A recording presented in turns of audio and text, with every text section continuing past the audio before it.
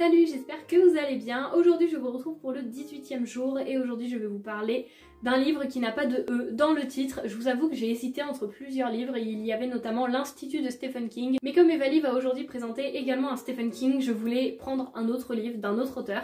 Et donc j'ai choisi 49 jours de Fabrice Collin. Ici c'est publié chez Michel Lafon-Poche.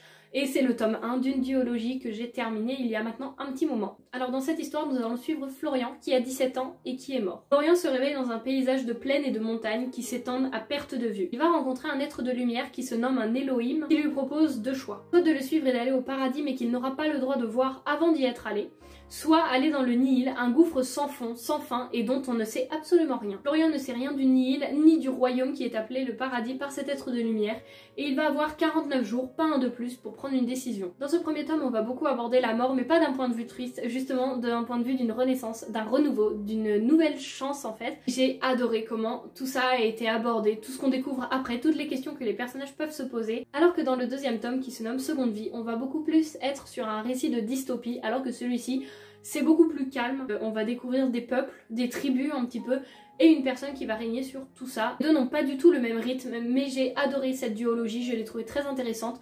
Autant pour le premier tome que pour le deuxième tome, ils sont vraiment très différents, je dirais pas à l'opposé, mais on n'est pas du tout sur la même dynamique, sur les mêmes thèmes, sur les mêmes sujets. Il y a beaucoup de rebondissements, on découvre plusieurs mondes. C'est un livre jeunesse et je trouve que la mort est très bien abordée dans ce récit et que c'est quand même un sujet qui est assez important. On rentre très vite dans l'histoire, on s'attache vite aux personnages et c'est vraiment une histoire qui est très bien. Et que pour le coup, je ne peux que vous conseiller s'il vous intéresse. Voilà pour cette petite présentation du jour, j'espère qu'elle vous aura plu et que ce livre, peut-être que vous le connaissez, peut-être pas.